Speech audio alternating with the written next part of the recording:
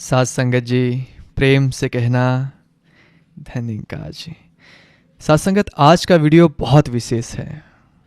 अक्सर आप कमेंट में बहुत गहरी जिज्ञासाएं और प्रश्न पूछते हैं जिनका समाधान केवल 2 पंक्तियों के रिप्लाई में देना तो संभव नहीं हो पाता है।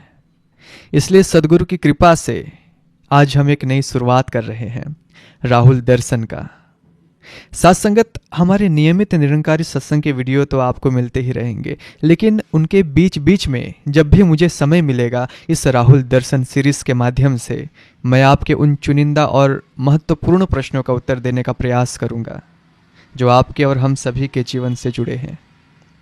इसमें मैं अपनी समझ और गुरु के वचनों के आधार पर साथ संगत आपसे बातें करूंगा। आज यह नई शुरुआत का पहला प्रयास है। साथ संगत, दास आशा करता है कि जैसा अथाह प्रेम और आशीर्वाद आपने सत्संग वाले वीडियो को दिया है, वही प्यार आप इस वीडियो को भी देंगे।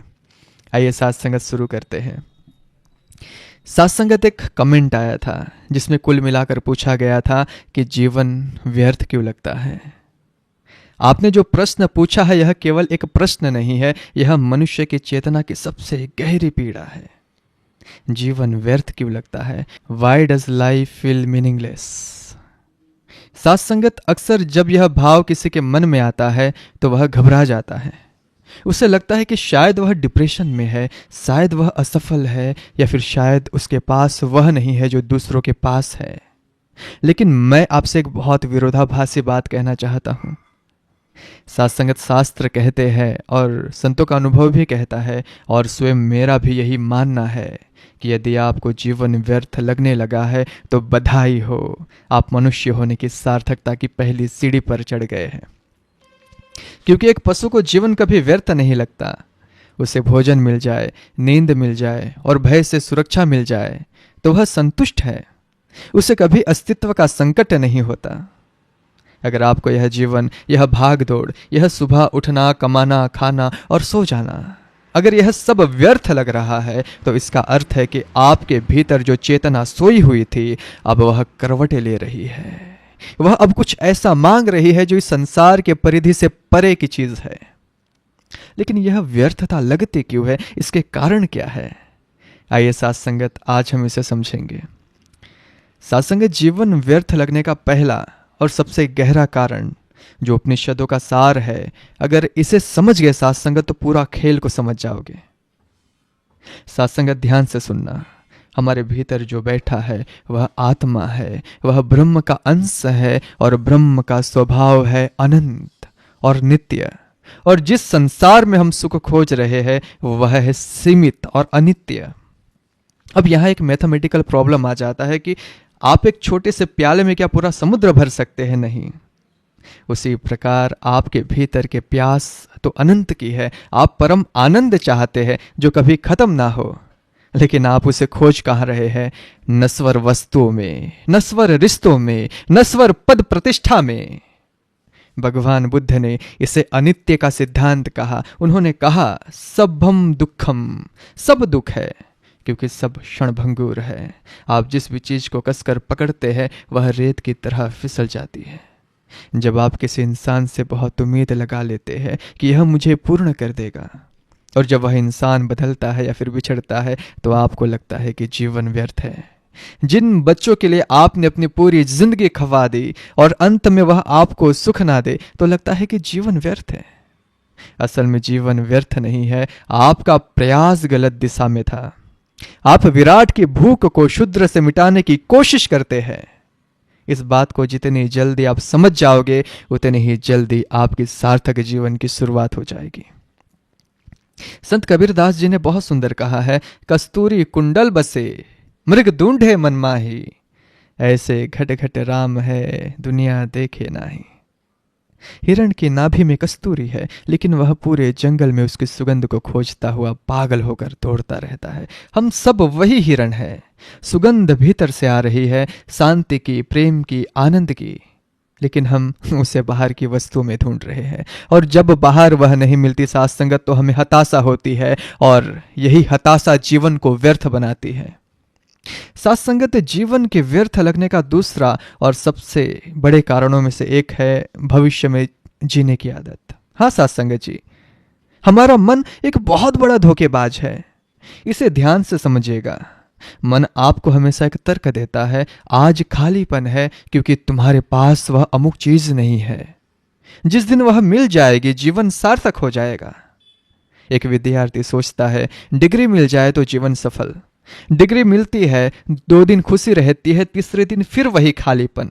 फिर मन कहता है नौकरी मिल जाएगी तो सब ठीक। नौकरी मिलती है, फिर खालीपन, फिर विवाह, फिर बच्चे, फिर मकान। और आदि गुरु शंकराचार्य ने सात्संगत इसे मृग तृष्णा कहा है।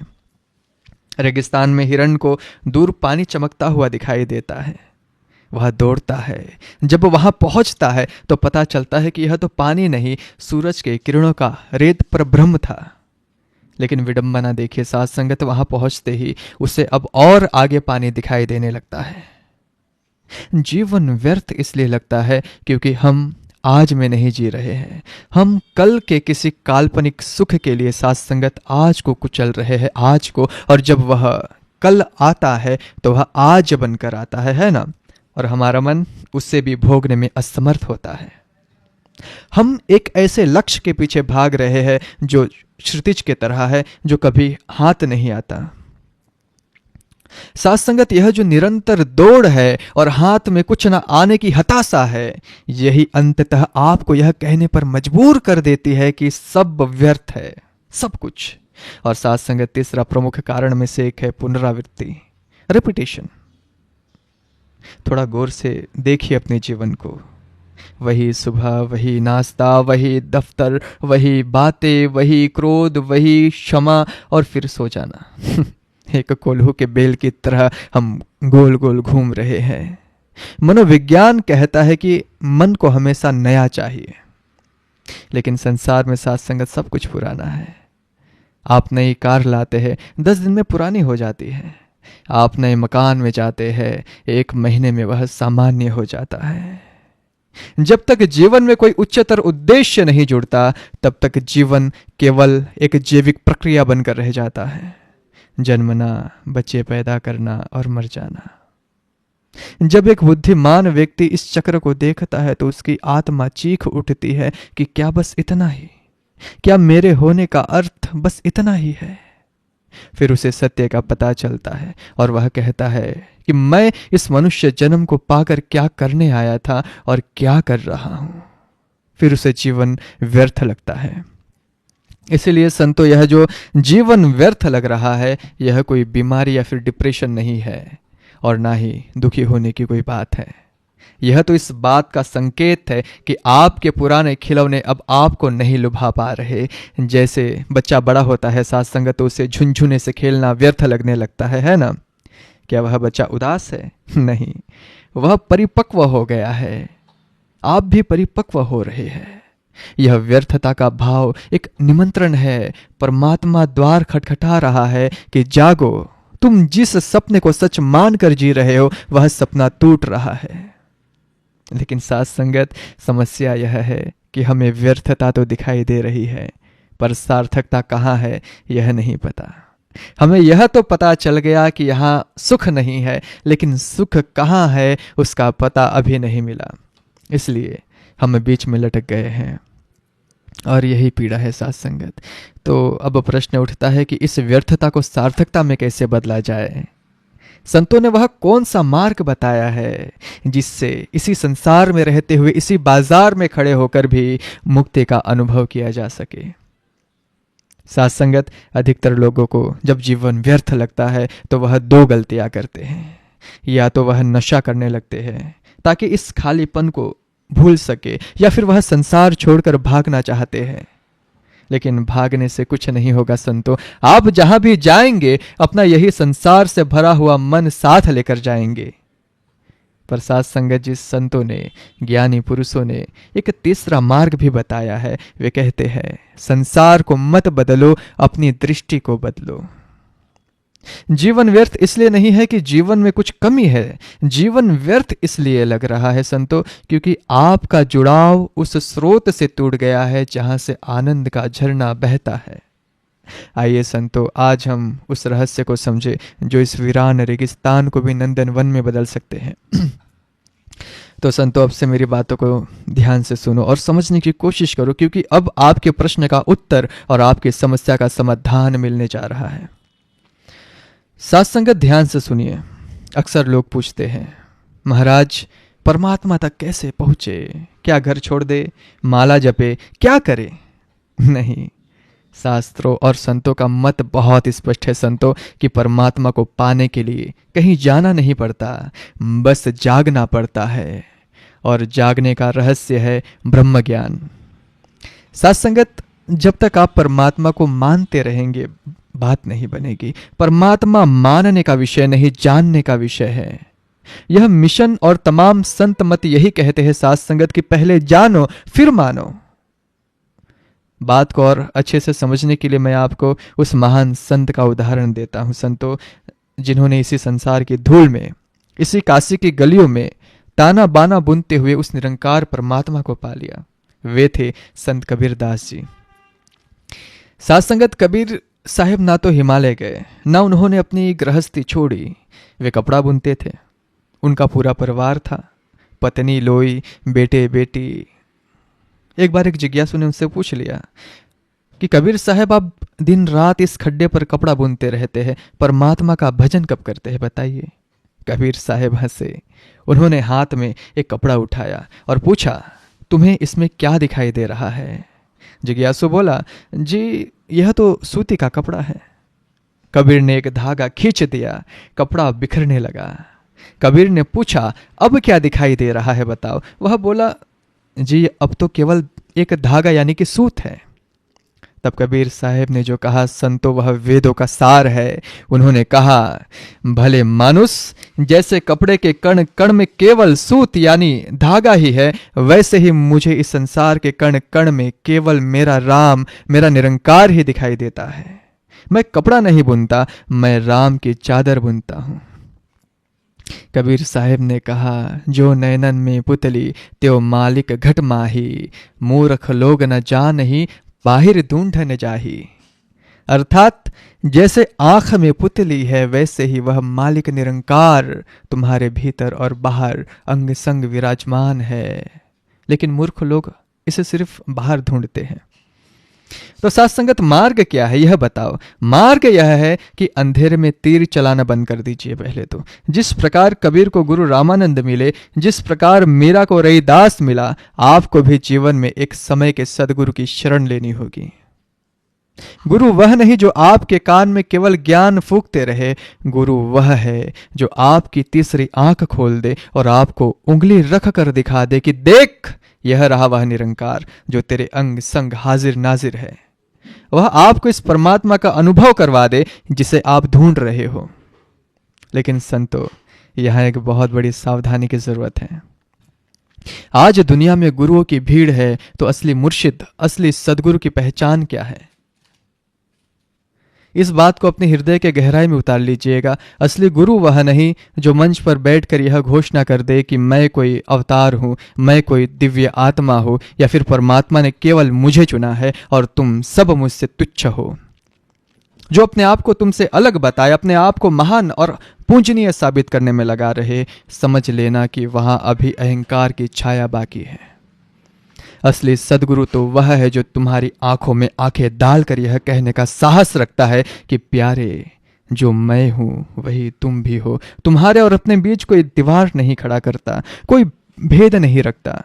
वह तुम्हें छोटा नहीं बनाता, बल्कि तुम्हें यह विश्वास दिलाता है कि जिस परम अवस्था को, जिस आनंद को मैंने प्राप्त किया है, वह तुम्हारी भी जन्म सिद्ध विरासत है। जैसा मैं हूं वैसा तुम भी बन सकते हो। फर्क जाति का नहीं है, फर्क शक्ति का नहीं है, फर्क बस स्थिति का है। वह कहता है, मैं और तुम एक ही मिट्टी के दिए हैं, अंतर बस इतना है कि मेरी बाती जल गई है और तुम्हारी अभी बुझी हुई है। या फिर यूं समझे, हम दोनों में कोई अंतर नहीं है। बस मैं मंजिल में खड़ा होकर तुम्हें आवाज दे रहा हूं और तुम अभी रास्ते में चल रहे हो। असली गुरु वह है जो शिष्य को शिष्य नहीं रहने देता, उसे अपने समान बना देता है। वह तुम्हें वैसाखियां नहीं देता, वह तुम्हें पंख दे देता है। कबीर साहब ने कितनी अद्भुत बात कही है। गुरु मानुष करी जानत ते नर कहिए अंध। अर्थात जो गुरु को केवल शरीर या फिर व्यक्ति मानता है वह अंधा है, अंधा, क्योंकि गुरु कोई शरीर नहीं होता है। साथ संगत गुरु एक तत्व है, एक प्रकाश है, और उसका एकमात्र उद्देश्य है तुम्हारे भीतर सोए हुए उसी प्रकाश को जगा देना। इसलिए उसकी तलाश करो साथ संगत, जो तुम्हें अपना भक्त बनाने ना आए, बल्कि जो तुम्हें तुम्हारे ही आत्मा का सम्राट बनाने आए, जो तुम्हें तुमसे ही मिलवाने आए, वही सच्चा सद्गुरु है। साथ संगत, जब तक ज्ञान का अंजन आंखों में नहीं लगता तब तक यह संसार संसार ही दिखता है ना। लेकिन जैसे ही सद्गुरु की कृपा से ब्रह्म ज्ञान होता है, यह संसार निरंकार का रूप हो जाता है। फिर आप दुकान पर बैठेंगे तो ग्राहक में भी वही दिखेगा, आप घर में खाना बनाएंगे तो खाने वाले में भी वही दिखेगा। साथ संगत, कबीर जी कहते हैं, लाली मेरे लाल की जित देखो तित लाल, लाली देखन मैं गई तो मैं भी हो गई लाल। यही वह अवस्था है जहां जीवन की सारी व्यर्थता समाप्त हो जाती है, जब मैं मिट जाती है और केवल तू ही तू रह जाता है। साथ संगत, इसलिए इधर उधर भटकने की जरूरत नहीं है, जरूरत है उस पूर्ण महापुरुष को खोजने की जो आपको इस निरंकार प्रभु से मिला दे। जिस दिन यह मिलन हो जाएगा, आप इसी गृहस्थ में रहते हुए, इसी कीचड़ में रहते हुए कमल के तरह खिल जाएंगे। फिर जीवन बोझ नहीं, भक्ति बन जाएगा, फिर हर श्वास सिमरन बन जाएगी। यही संतों का सनातन मार्ग है। इसी पर चलिए, जीवन सार्थक हो जाएगा। अंत में साथ संगत, एक परम सत्य को अपने गांठ में बांध कर ले जाइए। संसार में मत, पंथ और संप्रदाय अनेक हो सकते हैं, विधियां अलग हो सकती है, रास्ते भी अलग हो सकते हैं, यहां तक कि गुरु और उनका मार्गदर्शन भी अलग हो सकते हैं। लेकिन याद रखिए, मंजिल हमारी एक है, और वह मंजिल है उस परम सत्य, इस निरंकार परमात्मा में विलीन हो जाना, जहां से हम आए हैं। तो अब इस व्यर्थता को मिटाने के लिए आपको केवल 2 मुख्य कार्य करने हैं। यही आपके जीवन का निचोड़ है। पहला कार्य है साथ संगत खोज। सबसे पहले उस सिद्ध महापुरुष को खोजिए, उस स्थित प्रज्ञ को ढूंढिए जो अपने निज स्वरूप में स्थित हो चुका है। ऐसे ब्रह्म स्वरूप गुरु के शरण लीजिए, जिसने केवल किताबों में परमात्मा को नहीं पढ़ा, बल्कि जिसने परमात्मा को जिया है, जिसकी अपनी प्यास बुझ चुकी है। केवल वही आपको पानी पिला सकता है। जब ऐसा पूर्ण गुरु मिल जाए तो फिर अपने मन के तर्कों को, अपनी शंकाओं को द्वार पर छोड़ दीजिए और स्वयं को उसके चरणों में समर्पित कर दीजिए। दूसरा काम है चलना। उनके बताए गए मार्ग पर, उनके वचनों पर पूर्ण विश्वास करके आगे बढ़ते रहिए। साथ संगत, एक सच्चा गुरु आपको कभी बीच रास्ते में नहीं छोड़ेगा। उसका वादा है कि वह आपको उस अवस्था तक, उस ऊंचाई तक खींच कर ले जाएगा जहां वह स्वयं खड़ा है। वह आपको भक्त बनाकर नहीं छोड़ेगा, वह आपको परमात्मा से एक करके ही दम लेगा। बस साथ संगत, इन 2 बातों को मेरी मान लीजिए, एक सही पहचान और दूसरा सही समर्पण। जिस दिन यह दोनों घटना घट गई, मैं आपको विश्वास दिलाता हूं साथ संगत, उस दिन के बाद आप कभी यह प्रश्न नहीं पूछेंगे कि जीवन व्यर्थ क्यों है, बल्कि तब आप आनंद में नाचते हुए कहेंगे, जीवन धन्य है, जीवन सार्थक है। क्योंकि बिना गुरु के साथ संगत राम और कृष्ण भी अधूरे हैं। उन्होंने भी स्वयं परमात्मा का स्वरूप होकर अपना गुरु बनाया है। तो फिर हम किस अहंकार में जी रहे हैं, हम किस अज्ञानता में जी रहे हैं कि गुरु बिना भवसागर पार हो सकता है। इसलिए उठिए, वह मंजिल, वह पूर्ण गुरु, वह परमात्मा आपकी प्रतीक्षा कर रहा है। साथ संगत, समय बहुत कम है। साथ संगत, न जाने कब यह सांसों की डोर टूट जाए, इसलिए समय विलंब न कीजिए। और श्वासा 2 अनमोल है, 2 दिन का है संग, सौदा कर ले सत्य का, काहे फिरत अपंग। इन्हीं शब्दों के साथ दास आप सभी से आज्ञा लेना चाहेगा। साथ संगत, समय बहुत कम है, इसलिए समय व्यर्थ ना कीजिए। बड़े प्यार से कहना,